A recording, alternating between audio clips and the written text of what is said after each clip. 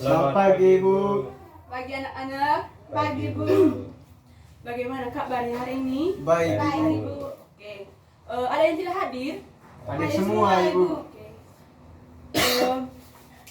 Sebelumnya tadi sudah berdoa atau belum? Sudah, Sudah, Ibu. Ibu. Iya, Bu. Sudah kah? Sudah, Sudah, Ibu. Bu. Oke. Kalau begitu kita apa saja ya, langsung saja untuk materinya ya. Iya, Bu. Apa itu Mota Ruang merupakan salah satu tokoh yang melawan penjajah dahulu untuk untuk apa gitu? Mau Manggarai kan? Iya. Macam mana? Untuk kemerdekaan di Manggarai kan? Mereka-nya. Mau dijelasin apa di sini?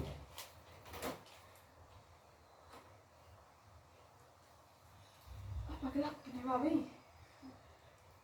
Asa itu mengenai. Itu film.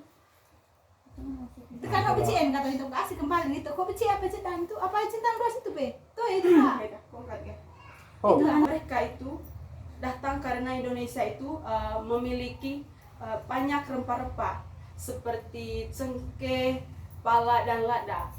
Nah, dari anak-anak ibu mau tanya dulu, apa sebelum ibu menjelaskan materi ini kak, apa kalian sudah pernah mendengar atau belum siapa-siapa bangsa yang menjajah negara kita dahulu? Apakah anak-anak ada yang tahu saya, Bu. apa itu? Negara Belanda, Ibu. Belanda, yang lain? Jepang. Jepang, Portugis, Bu. Portugis, oke. Jadi anak-anak di negara kita itu 5 negara asing yang menjajah negara kita. Nah, dari 5 itu 4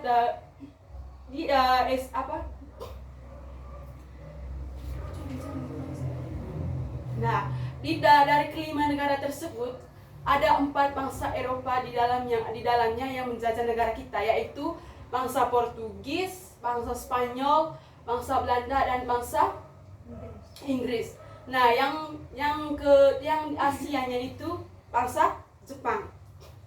Nah, di sini Ibu akan menceritakan kepada anak-anak bagaimana proses datangnya bangsa-bangsa ini untuk menjajah Indonesia. Yang pertama itu anak-anak yaitu bangsa Portugis. Bangsa Portugis ini mereka datang ke Indonesia itu pada tahun 1511. Nah, mereka datang ke Indonesia itu datang pertama kalinya di Indonesia di daerah Malaka. Jadi dari kalian ada yang tahu apa tujuan bangsa Portugis ini untuk melawan bangsa Indonesia? Apakah mereka ini mempunyai tujuan atau niat tertentu untuk untuk mereka datang ke Indonesia? Apakah kalian tahu? Maksudnya kak, dari kalian kak ada yang tahu kak apa tujuan mereka datang ke Indonesia untuk melawan bangsa Indonesia? Saya tahu, Bu. Tidak tahu? Iya. Bu. Oke, ibu saja yang kasih tahu ya. Nah, dulu itu bangsa Indonesia kan banyak kekayaan. Jadi tujuan mereka itu datang ke bangsa Indonesia itu mereka ingin menguasai perdagangan rempah-rempah. Kalian tahu apa itu rempah-rempah? Tahu? Tidak Tidak tahu, tahu, Bu. Ibu. Rempah-rempah ini semacam seperti ini kak, seperti kekayaan, misalnya hasil pertanian, hasil pertanian, perkebunan, semacam begini kak. Ada cengkeh, pala, lada, serta kopi, pokoknya bumbu-bumbuan. Iya, Ibu. Nah, mereka itu juga datang menyebarkan agama Katolik di Indonesia. Kalian di sini agama apa? Katolik, Katolik. Bu. Berarti dengan datangnya bangsa Portugis ini kita juga maksudnya kak, kita juga menyebarkan agama Katolik ini, akhirnya kita juga beragama Katolik. Nah, yang kedua tahun 1521. Nah, mereka itu tiba di Indonesia dulu di daerah Maluku. Nah, mereka ini bersaing dengan Portugis. Mereka ini ke anak-anak selain bangsa Portugis ada juga bangsa Spanyol. Mereka tidak mau kalah kalau mereka bangsa Portugis saja yang dapat rempah-rempah. Mereka juga ingin datang ke Indonesia untuk bersaing merebutkan rempah-rempah di Indonesia. Nah, sama seperti mereka ingin dagang dan menyebarkan agama juga. Mereka juga ingin menyebarkan agama dan ingin melakukan perdagangan di negara Indonesia. Dan yang ketiga itu, bangsa yang menjajah Indonesia itu bangsa Inggris. Belanda, yaitu tahun 1602. Nah, bangsa Belanda ini anak-anak datang ke Indonesia dan membentuk organi VOC. Ada yang tahu kepanjangan dari VOC? Terus Nah, VOC itu kepanjangannya Veremic Oestrodi atau tuh itu pembentukan organisasi. VOC Pembentukan semacam organisasi VOC semacam perdagangan apa sih Yuta? Memonopoli perdagangan sih. Perusahaan yang memonopoli perdagangan.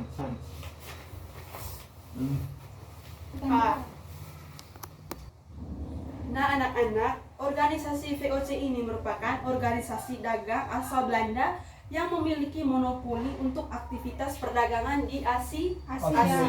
Oke.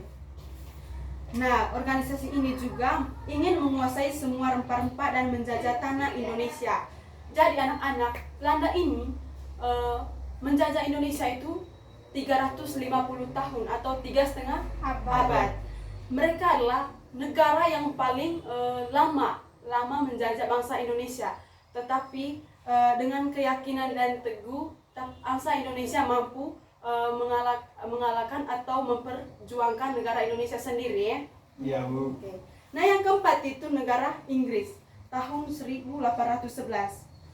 Nah, Inggris ini berhasil menguasai sebagian wilayah Indonesia yaitu di Jawa. Mereka sudah berhasil menguasai wilayah Indonesia di Jawa, tetapi kekuasaannya tidak lama karena kalah bersaing dengan Belanda. Itu tadi. Yang Inggris ini anak-anak, karena mereka kan sudah menguasai wilayah Jawa, tetapi Belanda sudah mengalahkan mereka karena Belanda yang lebih lama menjajah bangsa Indonesia, sehingga Inggris ini akhirnya dikalahkan atau gugur begitu. Nah, yang kelima itu Jepang tahun 1942 sampai 1945. Mereka ini datang saat Perang Dunia Kedua.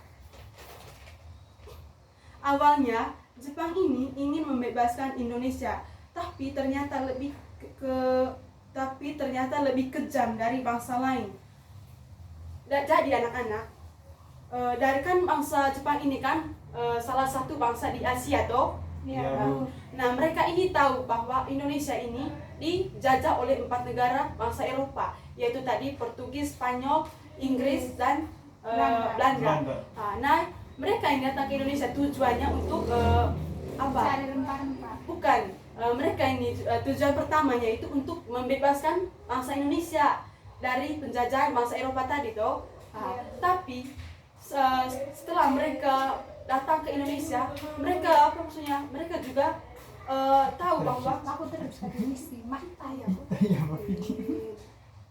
mereka tahu bahwa di Indonesia juga banyak rempah-rempah. Nah, di pikiran mereka begini, 4 negara ini bangsa Indonesia, karena di Indonesia itu memiliki kekayaan yang banyak toh. Kita terus soalnya videonya sih. Harum tangan, Saya tak buka tuh ih. Kamu tadi perasaan engkau papa under main dia. Aku udah mikir aku tahu. Oke, anak-anak, bangsa Jepang ini tadi sangat kejam. Di sini mereka juga menyuruh rakyat Indonesia melakukan kerja paksa dengan sebutan romusa.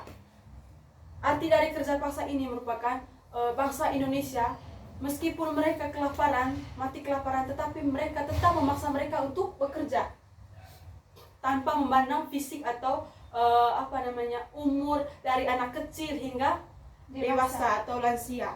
Nah, yang kedua adalah tunggu dulu. Itu tadi kelima negara yang menjajah bangsa Indonesia. Oke, pertanyaan dari Ibu untuk anak-anak. Mengapa bangsa Indonesia ini datang jauh-jauh dari Eropa, datang ke Indonesia untuk melawan bangsa Indonesia? Apakah anak-anak tahu apa tujuan mereka datang ke Indonesia tadi? Tujuan Jepang. Bangsa Eropa. Tujuan bangsa Eropa datang ke Indonesia. ingin menguasai kekayaan bangsa Indonesia. Oke, tepuk tangan dulu. Dan tidak mengurangi jawaban dari adik Dewi. Di sini tujuan yang lain mereka datang ke Indonesia juga anak-anak karena mereka juga ingin punya tujuan yang disebut 3G. Kalian tahu apa 3G tersebut kah? Tidak tahu. Tidak tahu? Iya. Oke, Aris tidak tahu. Tidak tahu. Oke, yang pertama itu goal atau kekayaan. Nah, yang kedua glory atau kemegahan dan kejayaan. Yang ketiga adalah gospel. Kalian harus maksudnya selama ibu menjelas kalian juga harus mengerti ya. Iya, Ibu. Nah, yang pertama itu goal atau kekayaan. Nah, anak-anak di Indonesia itu banyak sekali kekayaan yang hasil kekayaan yang berlimpah. Mereka ingin mencari kekayaan dari rempah-rempah tersebut. Nah, rempah-rempah ini juga dijual mahal di Eropa. Jadi mereka ini merupakan kesempatan bagi mereka karena Indonesia mempunyai rempah-rempah yang banyak. Akhirnya mereka dari tujuan itu mereka menjualnya di bangsa Eropa mereka. Nah, yang kedua itu glory, kemegahan atau kejayaan. Nah, anak-anak, glory ini mereka ingin menjadi negara kuat dan besar dengan menguasai banyak wilayah yang ada di Indonesia. Selain mereka mencari rempah-rempah, mereka juga ingin menguasai bangsa Indonesia. Jadi mereka tidak mau yang ini bangsa Indonesia sendiri yang maksudnya yang mendirikan atau bangsa Indonesia saja yang memilih maksudnya pendirinya itu bangsa Indonesia, tapi maunya mereka bangsa Indonesia itu dikuasai oleh mereka. Kejayaan bangsa Indonesia mereka yang rebut. Nah, yang ketiga itu gospel atau apa gospel? Salah mengatakan. Tidak tahu, Ibu. Tidak tahu lagi. Ya. Oke. Jadi anak-anak gospel itu agama Iya, Ibu. Agama. ise kolega. Selain itu, selain menyebar ke selain mencari rempah-rempah menguasai kejayaan ise kolega mau menyebarkan agama. Mereka menyebarkan agama. Maksudnya mereka menyebarkan agama ke wilayah jajahannya. Oke. Jadi anak-anak, itu tadi 3 tujuan utama atau tujuan lain bangsa-bangsa Eropa datang ke Indonesia. Yang pertama tadi apa? Goal atau kekayaan. Yang kedua, glory atau apa? Kejayaan atau kemegahan. Yang ketiga, gospel atau agama. Oke. Begitu. Nah, yang keempat, yang ketiga itu dampak penjajahan bagi negara Indonesia. Yang pertama, anak-anak bidang ekonomi. Indonesia ini banyak kerajaan. Pada saat bangsa penjajah datang mengambil alih kejayaan alam Indonesia seperti rempah-rempah, emas, cengkeh dan hasil bumi lainnya. Terus rakyat paksa bekerja di ladang milik penjajah, tetapi tidak diberi upah. Mereka ini kerja paksa meskipun mati kelaparan, tapi mereka juga tidak diberikan upah oleh bangsa tersebut. Nah, yang ketiga itu sawah, ladang dan hutang milik rakyat Indonesia diambil alih oleh penjajah. Nah, itu sudah dari sekian banyaknya sawah ladang milik negara Indonesia, mereka yang kuasai. Nah, yang keempat akibatnya yaitu rakyat Indonesia menjadi miskin, sedangkan para penjajah menjadi kaya dan menjual rempah-rempah Indonesia ke luar negeri dengan harga yang mahal. Dari bidang ekonomi ini, apakah dari anak-anak ada merasa begini, merasa kasihan tentang rakyat Indonesia zaman dahulu yang pada saat penjajahan yang begitu susah? Iya, Ibu. Ada merasa maksudnya kasihan toh? Iya. Kan kita ini kan lahirnya setelah merdeka Merdeka. toh. Oke. Nah, yang kedua itu di bidang sosial dan budaya.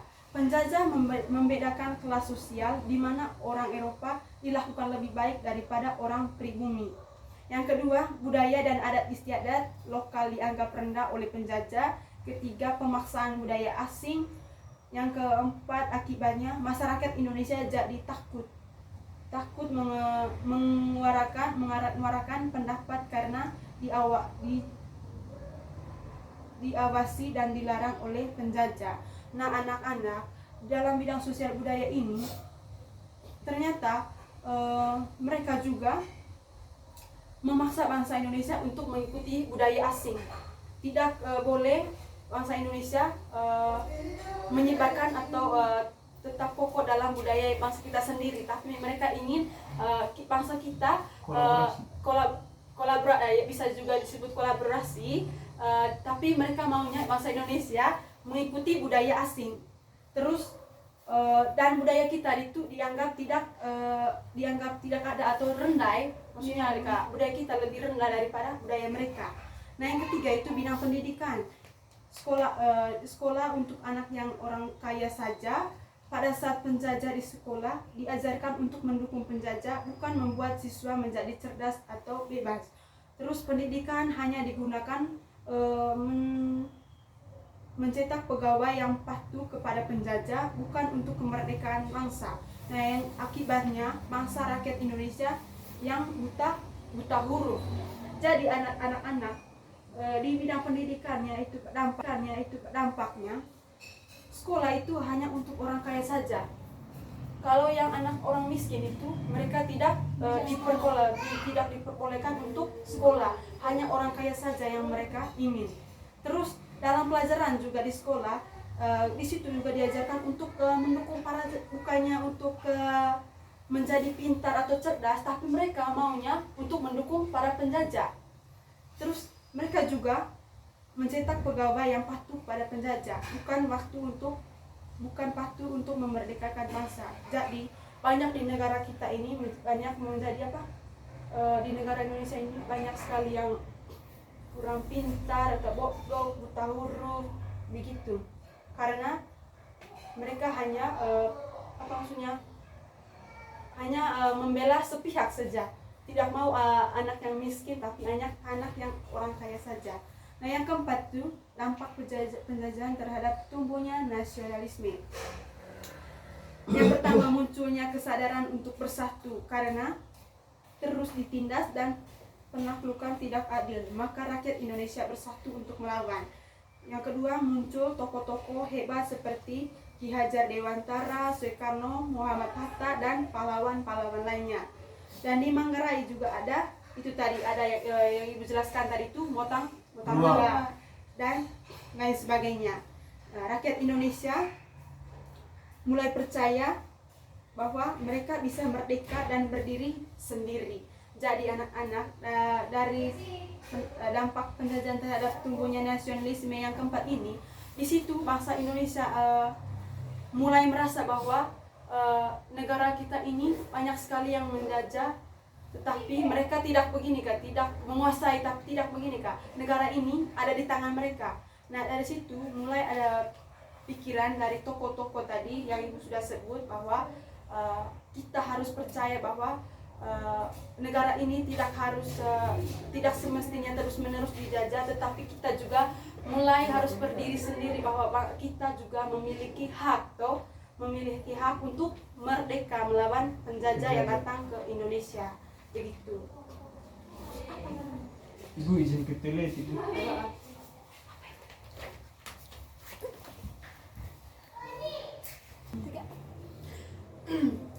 Nah, anak-anak, selanjutnya yaitu bentuk perlawanan bangsa Indonesia terhadap penjajah. Di sini ada dua bentuk perlawanan bangsa Indonesia terhadap penjajah, yaitu yang pertama adalah bentuk perlawanan fisik, dan yang kedua adalah bentuk perlawanan melalui organisasi. Nah, yang pertama anak-anak, perlawanan fisik. Ibu jelaskan bahwa perlawanan fisik itu merupakan bentuk perjuangan bersenjata yang dilakukan oleh rakyat Indonesia untuk mengusir penjajah dari tanah air. Oke. Di sini ada contoh yang terkenal adalah Yang pertama, Perang Diponegoro tahun 1825 sampai 1830. Nah, oke anak-anak, Perang Diponegoro ini terjadinya itu dilatar belakangi dengan apa? Dengan campur tangan Belanda dalam urusan keraton Yogyakarta, pembangunan jalan yang melintasi makam leluhur Pangeran Diponegoro dan kesewenang-wenangan Presiden Belanda.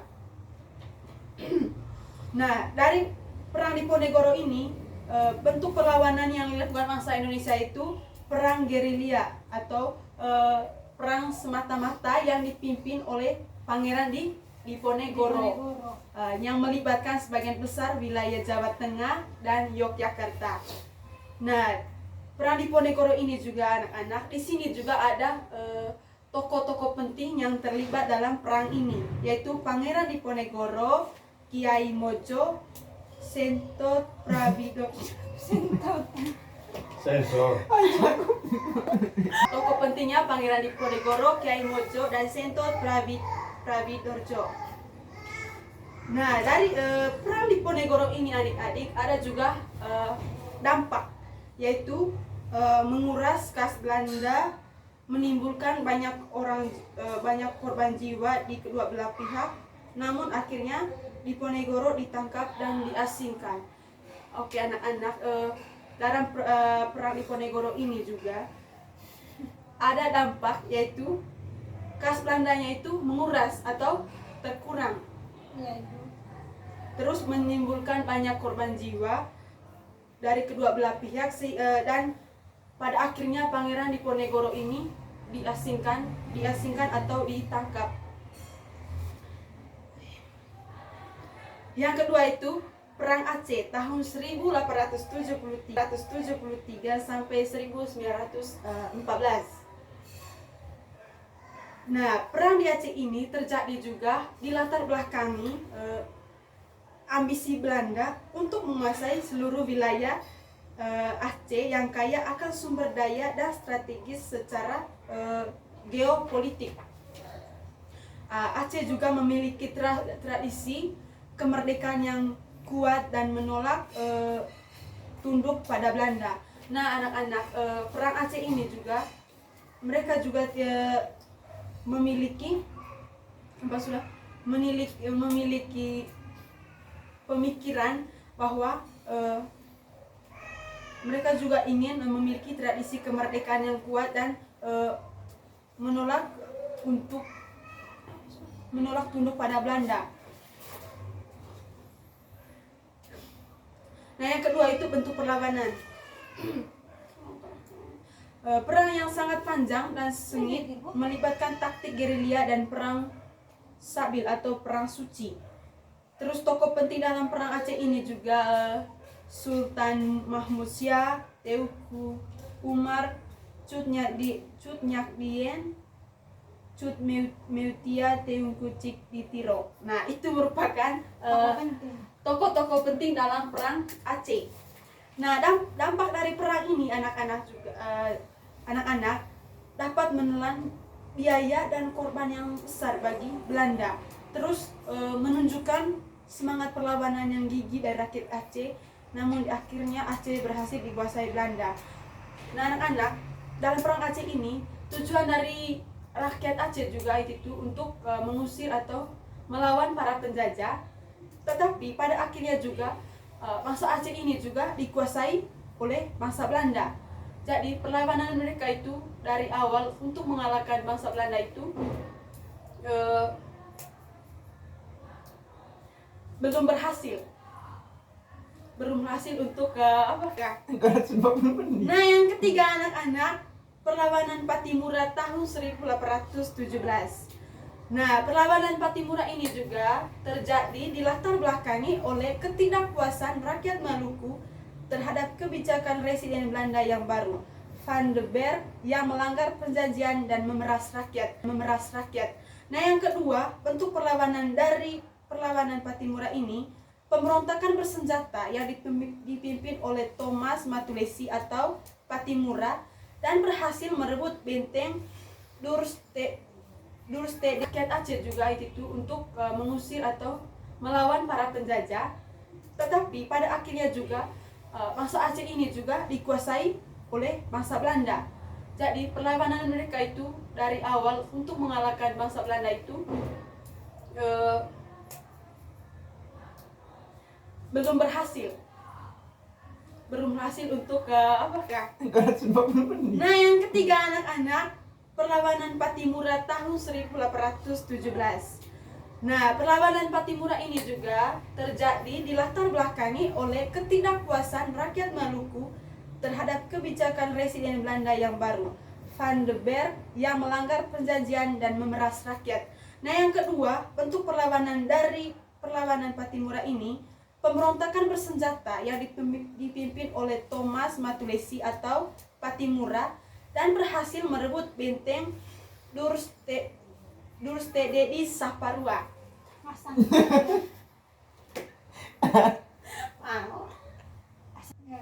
Nah, yang berikut adik-adik yaitu tokoh penting. Tokoh penting dari perlawanan ini yaitu Thomas Matulesi atau Pattimura, Christina Marta Tihahahu. Hamar so. Oke, nah yang keempat, dampak dari perlawanan ini yaitu mengguncang kekuasaan Belanda di Maluku, namun pemberontakan berhasil dipadamkan dan Pattimura juga dihukum mati. Jadi anak-anak, dari perlawanan Pattimura ini, dari latar belakang hingga bentuk perlawanan yang mereka melawan bangsa penjajah itu, pada akhirnya yang dihukum mati adalah Pattimura. Nah, yang kedua itu Perang Padri atau tahun 1821 sampai 1837. Perang ini juga terjadi di latar belakangi awalnya merupakan konflik internal antara kaum Padri atau kaum ulama yang ingin memurnikan ajaran Islam dengan kaum adat di Minangkabau. Belanda kemudian ikut campur dan mendukung kaum adat. Yang kedua itu bentuk perlawanan dari perlawanan ini yaitu perang yang panjang dan melibatkan taktik gerilya di wilayah Sumatera Barat. Terus tokoh pentingnya Tuanku Iman Bonjol, Tuanku Tambusai, Tuanku Rao. Dan dampak dari perlawanan ini anak-anak menguras tenaga dan biaya Belanda. Terus akhirnya Imam Bonjol juga ditangkap dan diasingkan, menandai berakhirnya perang. Nah anak-anak, dari beberapa perang yang ibu sudah jelaskan tadi itu merupakan bentuk-bentuk perlawanan fisik. Perlawanan fisik, yaitu perang di Ponegoro, perang Aceh, perang Padri, Pattimura. Nah, itu merupakan bentuk perlawanan yang fisik. Nah, yang berikutnya yaitu yang kedua ada tadi perlawanan melalui organisasi. Perlawanan ini melalui organisasi muncul seiring dengan perkembangan pendidikan dan kesadaran nasional di awal abad ke-20. Bentuk perlawanan ini lebih bersifat politis, sosial, dan budaya, bertujuan untuk meningkatkan kesadaran nasional dan memperjuangkan hak-hak Indonesia melalui cara-cara yang lebih terorganisir.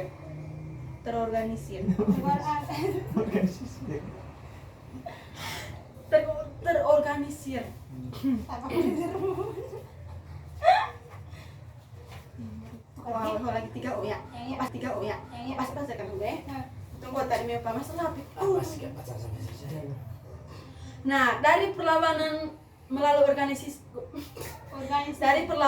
melalui organisasi ini anak-anak, yaitu terdapat beberapa juga di dalamnya yaitu organisasi yang pertama adalah organisasi Budiotomo atau tahun 1908. Budiotomo ini munculnya di latar belakangi didirikan oleh pelajar Stovia atau Sekolah Dokter Jawa dan inisiatif dari Dr. Wahidin Soediro Hoesodo yang menyadari pentingnya pendidikan untuk kemajuan bangsa. Nah, yang kedua itu bentuk perlawanan. Awalnya bersifat sosial, budaya dan pendidikan, bertujuan untuk memajukan pengajaran dan kebudayaan Jawa. Kemudian organisasi ini mulai bergerak ke arah politik dengan tujuan mencapai kemerdekaan Indonesia. Nah, anak-anak, dalam organisasi ini juga ada tokoh penting yang mendirikan organisasi ini, dan bentuk perlawanan yang mereka rencanakan yaitu Dr. Wahidin dan Dr. Soetomo. Nah, yang keempatnya, dampak dari perlawanan ini yaitu menjadi pelopor organisasi pergerakan nasional di Indonesia dan menginspirasi berdirinya organisasi lain. Nah, yang kedua adalah organisasi Sarekat Islam tahun 1912. Organisasi ini juga anak-anak munculnya dengan dilatar belakangi awalnya itu bernama Sarekat Dagang Islam atau bisa disingkat dengan SDI. Oke. Yang didirikan untuk melindungi kepentingan pedagang Islam dan dari persaingan dengan pedagang Tionghoa yang mendapat dukungan dari Belanda. Kemudian berubah menjadi Sarekat Islam atau SI dengan cakupan yang lebih luas. Nah, bentuk perlawanan dari Sarekat Islam ini yaitu bergerak di bidang ekonomi, sosial, dan politik, menuntut perbaikan kondisi sosial ekonomi rakyat, memperjuangkan hak-hak politik, dan menentang ketidakadilan kolonial, menjadi organisasi masa pertama di Indonesia. Nah, dari organisasi ini juga ada tokoh-tokoh penting yang mendirikan organisasi ini, yaitu HOS Djokroaminoto. Nah, dampak dari organisasi ini yaitu menjadi wadah aspirasi rakyat Indonesia dalam jumlah besar dan memainkan peran penting dalam menumbuhkan kesadaran nasional, namun kemudian mengalami perpecahan internal. Nah, anak-anak, organisasi ini juga awalnya itu menjadi aspirasi rakyat Indonesia dalam jumlah besar, tetapi pada akhirnya juga mengalami perpecahan internal. Nah, yang ketiga itu Indes Party 1912. Organisasi ini dilatar belakangi didirikan oleh 3 serangkaian terdiri dari tokoh-tokoh berpendidikan dan memiliki pemikiran radikal. Nah, 3 tokoh-tokoh itu yaitu pertama itu Ernest Dobes Dekker, yang kedua Dr. Cipto Mangkusumo, dan yang ketiga adalah Ki Hajar Dewantara. Itu merupakan tokoh-tokoh penting yang mendirikan organisasi apa tadi? Indisi Party. Nah, itu. Ternyata itu bisa disebutkan Iya. Soalnya di sini Kak, huruf-hurufnya agak susah juga untuk dibaca. Beda dengan bahasa kita sendiri. Nah, yang kedua itu bentuk perlawanan dari organisasi ini yaitu secara tegas menuntut kemerdekaan Indonesia dan menghapus diskriminasi rasial dan melakukan propaganda melalui tulisan dan kegiatan politik. Nah, yang ketiga tokoh penting itu tadi Dobes Dekker yang sudah Ibu jelaskan tadi toh. Iya, Ibu. Nah, yang keempat dampak. Meskipun usianya singkat karena tokoh-tokohnya diasingkan oleh Belanda, Indisi Party memiliki pengaruh besar dalam menanamkan gagasan persatuan seluruh penduduk Hindia Belanda atau Indonesia tanpa memandang ras dan etnis, serta secara terbuka memperjuangkan kemerdekaan.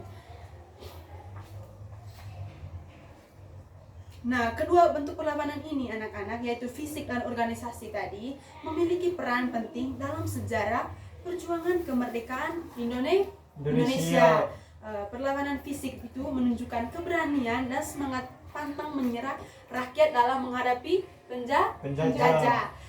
Meskipun seringkali berakhir dengan kegagalan karena keterbatasan persenjataan dan strategi. Sementara itu anak-anak, perlawanan melalui organisasi membangun kesadaran nasional, mempersatukan berbagai elemen masyarakat, dan merumuskan tujuan politik yang lebih jelas untuk mencapai kemerdekaan. Nah, keduanya itu saling melengkapi dan menjadi bagian tak terpisahkan dari perjalanan bangsa Indonesia menuju kemerdekaan. Oke.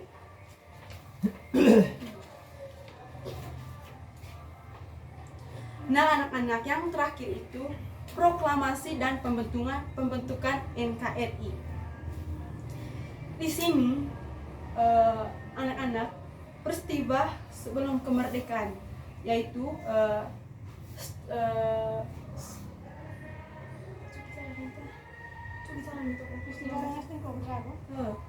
cara jalan proklamasi dalam bentuk kemerdekaan.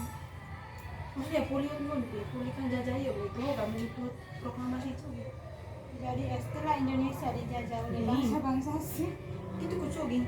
tepatnya pada tanggal 17 Kalau Agustus rego kayak, Apa namanya? ini mau kerja ayo nggak terakhir kayak, pas akan 17 saya jelas-jelas olore lah buat dia. Anak-anak ada yang tahu tanggal apa tahun berapa Indonesia baru?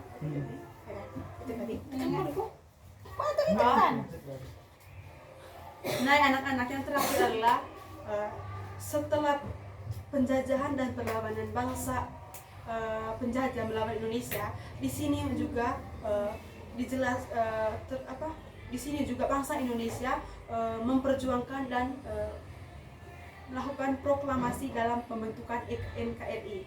Nah, sebelum ke situ, Ibu mau tanya dari untuk anak-anak dulu.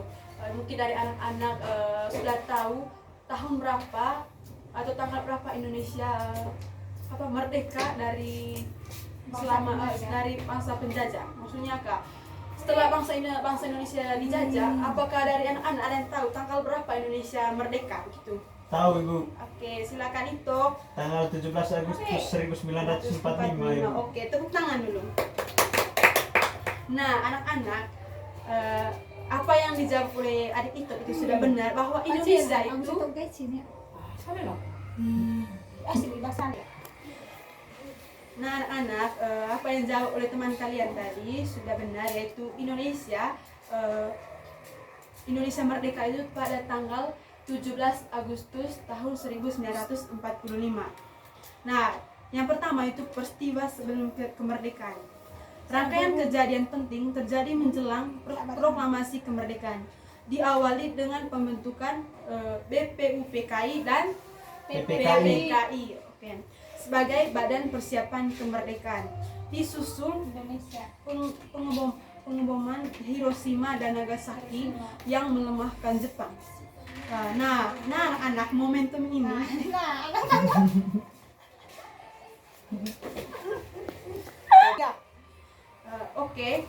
momentum ini anak-anak dimanfaatkan golongan muda untuk mendesak golongan tua segera memproklamasikan kemerdekaan yang berujung pada peristiwa Rengas Dengklok atau peristiwa yang artinya itu atau mengasingkan ya Ibu. Setelah perundingan, naskah proklamasi disusun di rumah Laksana Maeda. Nah, yang terakhir adalah proklamasi dan pembentukan NKRI.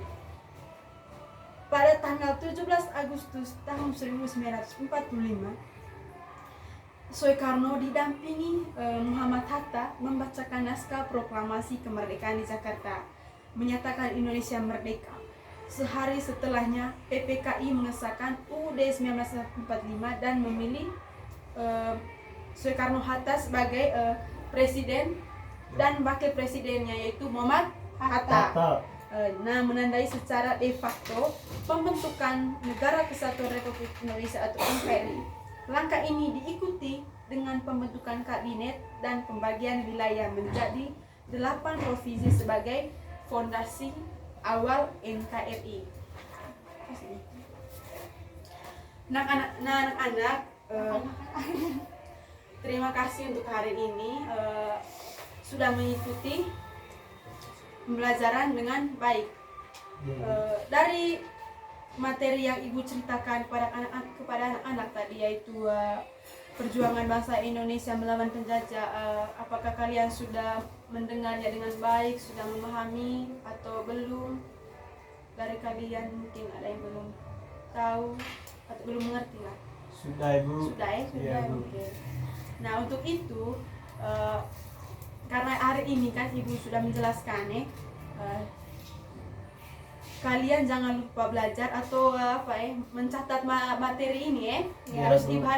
minggu depan Ibu kasih tugas dan mengetes anak-anak bagaimana juga perjuangan bangsa Indonesia melawan penjajah. Iya. Ya, Begitu. Oke. Terima kasih untuk hari ini. Kita lanjut minggu depan. Terima kasih Bu.